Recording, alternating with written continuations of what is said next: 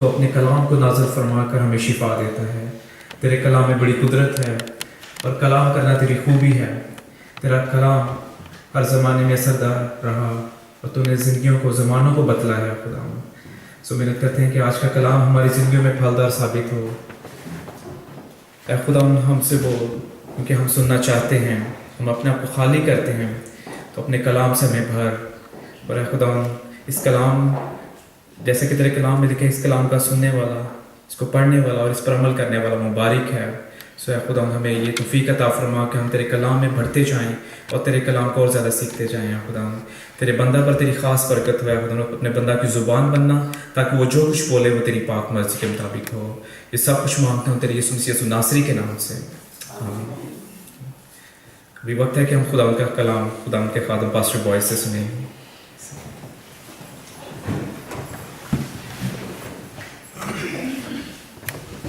Thank you very much. خدا آپ کو برکت دے اور خدا کی سلامتی آپ سب پہ اس طور سے ٹھہری رہے کہ آپ اس کے حضور میں آخری دن پورے اور بے عیب پیش کیے جا سکیں۔ آمین آمین۔ مجھے خوشی ہو رہی ہے دیکھ کے بہن پوجا کو کہ وہ خیریت سے واپس آ گئی ہیں، اور میرا ایمان ہے کہ وہاں پہ سب کچھ اچھی طرح سے انجام پایا ہے، درستگی سے سب کچھ ہوا ہے۔ ہم پیچھے سے دعا کرتے رہے ہیں آپ کے لیے کہ خداوند آپ کو، آپ کے گھرانے کو تسلی بخشے، اور میرا ایمان ہے کہ وہاں پہ سارے تسلی میں ہیں اور دعا جاری رہے گی۔ Glory Jesus. مجھے بڑی خوشی ہو رہی تھی جب بھائی ونے سامنے آئے اور انہوں نے کلام کو پڑھا، اور کوئی ایسی غلطی ان سے نہیں ہوئی جس کی وجہ سے وہ سمجھیں کہ وہ آئندہ کلام کو نہیں پڑھیں گے یا آگے نہیں آئیں گے۔ سو میں انکریج کروں گا انہیں کہ مہربانی سے اس توڑے کو جو خداوند نے آپ کو دیا ہے، بے شک آپ سمجھتے ہیں کہ آپ ویسے بعض کا مشکل ہو جاتا آگے آنا، لیکن ہم اس سال سیکھ رہے ہیں کہ کس طور سے کلیسیا کے جو بہن بھائی ہیں، لوگ ہیں، انہوں نے کیسے سامنے آنا ہے تاکہ خدا ان کے کام کے لیے تیار ہوں۔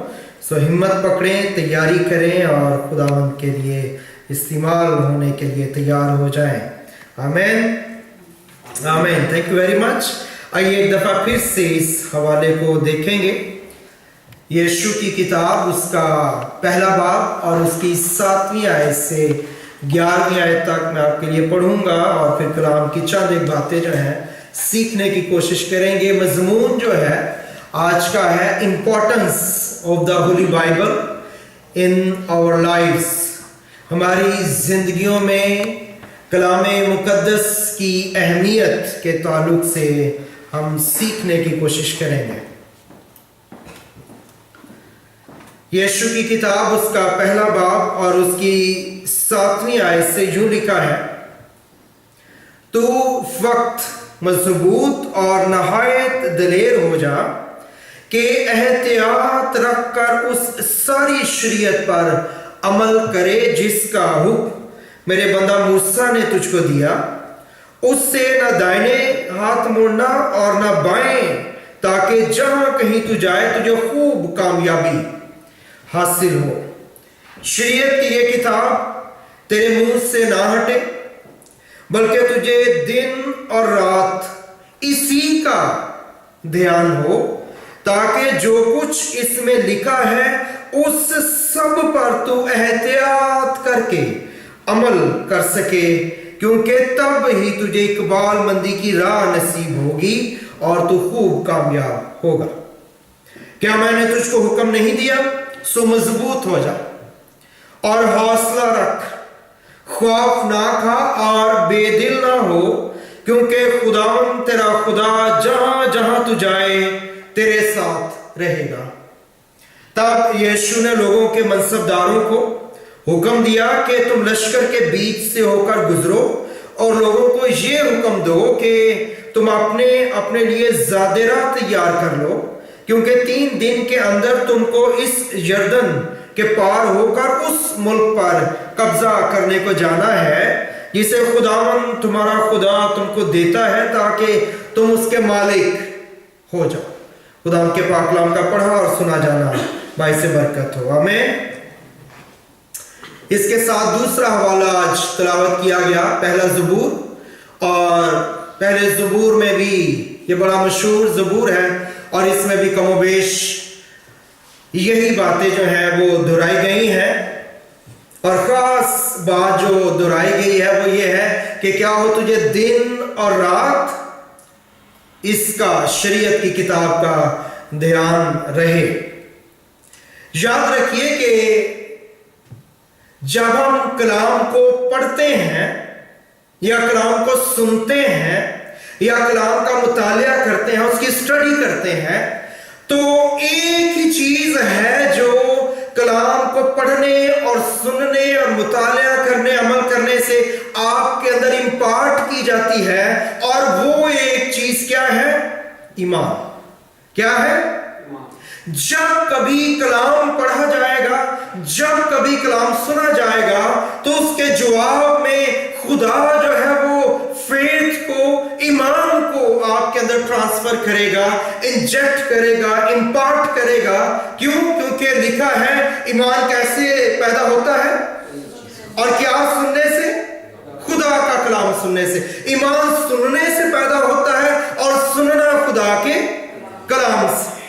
اور خدا جو ہے وہ اس لیے کلام کے وسیلہ سے آپ کے اندر موسٹ امپورٹنٹلی فیتھ کو ڈیولپ کرتا ہے، یا فیتھ کو آپ کے اندر جو ہے وہ انکریز کرتا ہے۔ اس کی وجہ یہ ہے کیونکہ کلام میں عبرانیوں کے خط میں لکھا ہے کہ بغیر ایمان کے اس کو پسند آنا ناممکن۔ It is impossible to please God without faith۔ ایمان کے بغیر ہم خدا کو خوش نہیں کر سکتے، ایمان کے بغیر ہم اس کو پسند نہیں آ سکتے ہیں۔ اس وجہ سے ہمارے اندر خدا کا کلام سننے سے جو چیز خدا کا پاک روح ہمارے اندر بھیجتا ہے، ہمارے اندر ڈالتا ہے، وہ ایمان ہے۔ اس لیے جو ہے ایمان بہت قیمتی ہے، ہمیں اس کی حفاظت کرنی ہے۔ اور میں اور آپ آج جہاں بیٹھے ہیں کلیسیا کے اندر، اس کلیسیا کی بنیادوں کے نیچے ایمانداروں کا، رسولوں کا، نبیوں کا، یہاں تک کہ میرے اور آپ کے خداوند یسوع مسیح کا لہو بچھا ہوا ہے، اور اس لہو کے اوپر ان بنیادوں کو کھڑا کیا گیا ہے جس کے اوپر میں اور آپ آج بیٹھے ہوئے ہیں اور خدا کی تعظیم اور خدا کی ستائش کر رہے ہیں۔ اس لیے ہمیں ایمان کو محفوظ کرنا ہے، ہمیں ایمان کی اچھی کشتی لڑنی ہے۔ اور بعض اوقات لوگ جو ہیں وہ اپنی خواہشات کو بول کے سمجھتے ہیں کہ وہ ایمان کی بات کر رہے ہیں۔ جیسے بعض اوقات آپ سنیں گے میں فلاں چیز جیت جاؤں گا، میں فلاں چیز میں کامیاب ہو جاؤں گا۔ یہ چیزیں جو ہیں یہ فیتھ نہیں ہے، یہ assumptions ہیں۔ فیتھ اگر آپ پڑھنا چاہتے ہیں، فیتھ کو اگر آپ دیکھنا چاہتے ہیں تو ایمان کیا ہے؟ عبرانیوں کے خط کے 11ویں باب کی پہلی آیت، اور اب ایمان امید کی ہوئی چیزوں کا اعتماد ہے۔ امید کی ہوئی چیزوں کا کانفیڈنس ہے، وہ چیزیں جن کو آپ ہوپ کرتے ہیں کہ آپ کے لیے ہو، اس کا کانفیڈنس فیتھ ہے۔ اب ایمان امید کی چیزوں کا اعتماد اور اندیکھی چیزوں کا ثبوت ہے، ان سین چیزوں کا ایویڈنس ہے۔ وہ ایمان کا مطلب ہے آپ یہ نہیں آپ خواہش کرتے ہیں کہ میرے لیے ایسا ہو جائے گا، بلکہ ایمان یہ ہے کہ آپ ایسی خوشی مناتے ہیں گویا کہ وہ کام آپ کے لیے آلریڈی ہو گیا ہے۔ ایمان پہلے ہی سے آپ کو انشورنس پرووائڈ کر دیتا ہے۔ جیسے گورنمنٹ آپ کو کہ چیک بھیجے تو آپ کو کوئی شک نہیں ہوتا جب آپ کا ٹیکس ریٹرن آتا ہے چیک کی صورت میں، اگر وہ 2000 3000 10,000 60,000 کراؤن آپ کو واپس بھیجے، آپ کو کوئی شک نہیں ہوتا کہ یہ چیک جو ہے یہ باؤنس ہو جائے گا یا یہ چیک جو ہے وہ کیش نہیں نہیں ہوگا. یہ فیتھ ہے کہ جو کچھ آپ چاہتے ہیں کہ آپ کی زندگی کے اندر ہو وہ آپ پہلے ہی سے اس کو ریسیو کر لیتے ہیں اور کوئی شک نہیں ہوتا کہ یہ ہوگا کہ نہیں ہوگا. یہ جو ہے ایمان ہے.